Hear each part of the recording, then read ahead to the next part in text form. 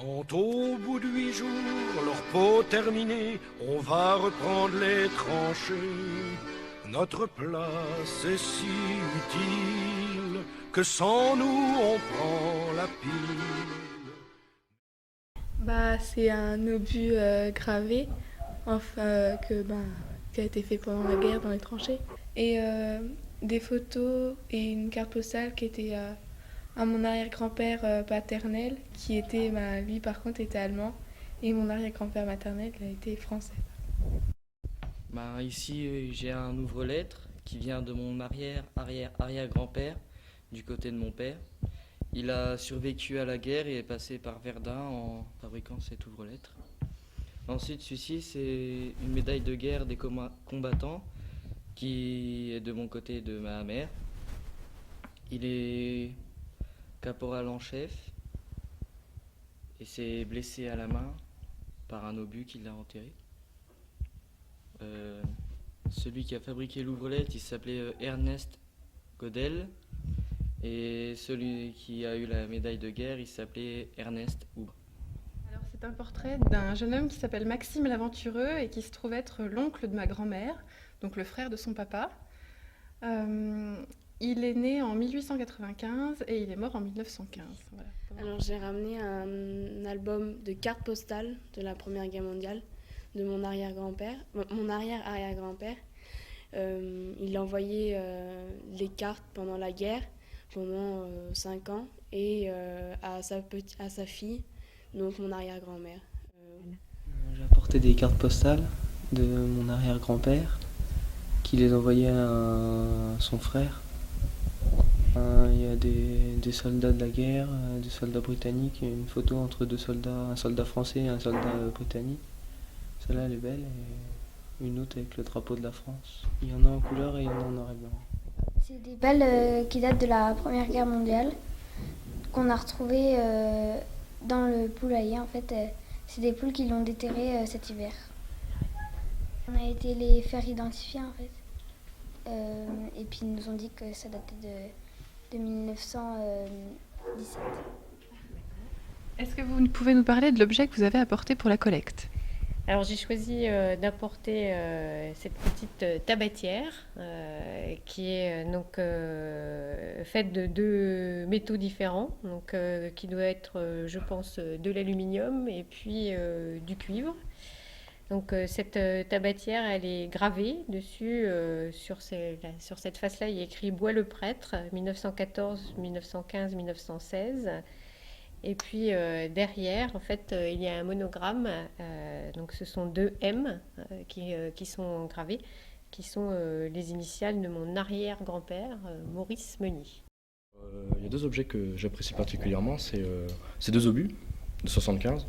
Donc il y a un obus français, dont la date est située ici, 1917, puis évidemment un obus du côté allemand. Donc là, celui-ci, c'est juin 1909. Il est rapporté pour mon grand-père, donc c'est ceci que j'aime tout particulièrement.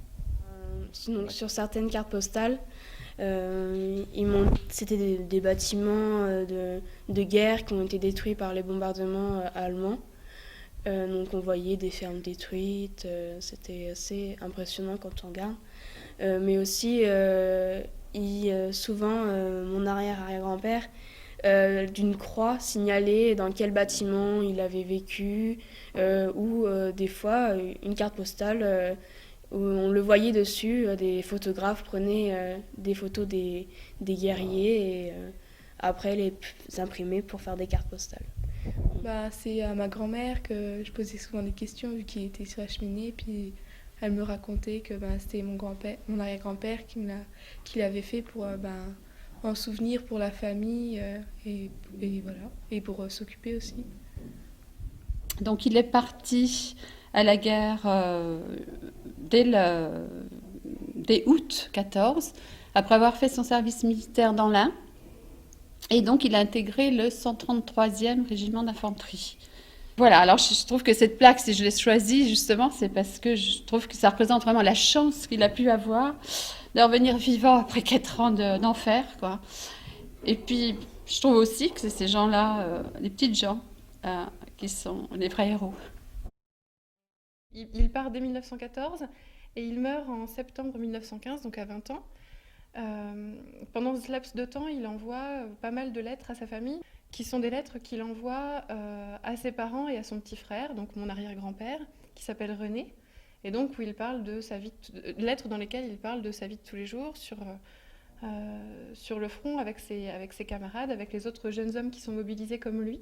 Et bien, ce serait bien que ses parents lui envoient quelques francs de temps en temps pour pouvoir acheter 2-3 bricoles, qu'il est très content lorsqu'il reçoit des colis. Il recommande surtout à mon arrière-grand-père, donc qui est tout jeune à ce moment-là, puisqu'il a à peine 12-13 ans. Il lui recommande de bien travailler à l'école, d'être gentil avec les parents. Alors pourquoi vous avez trouvé important d'apporter ces objets quand la collecte a été lancée? Quand la collecte a été lancée, je me trouvais quelque part un peu obligé d'en parler, parce que c'est quelque chose qui est très intéressant du côté familial. Ces objets-là, ils vont disparaître ou en fait on ne saura plus leur donner du sens? On ne sait pas trop comment elles ont pu arriver, d'où elles viennent, et si c'était quelqu'un qu'on connaissait, de notre famille qui les avait utilisées aussi. J'aurais trouvé vraiment dommage que la photo vienne à disparaître ou qu'on perde ce qui est un trésor de famille finalement. Ça montre que la guerre a quand même été dure et que surtout c'est pour faire durer la mémoire de la guerre.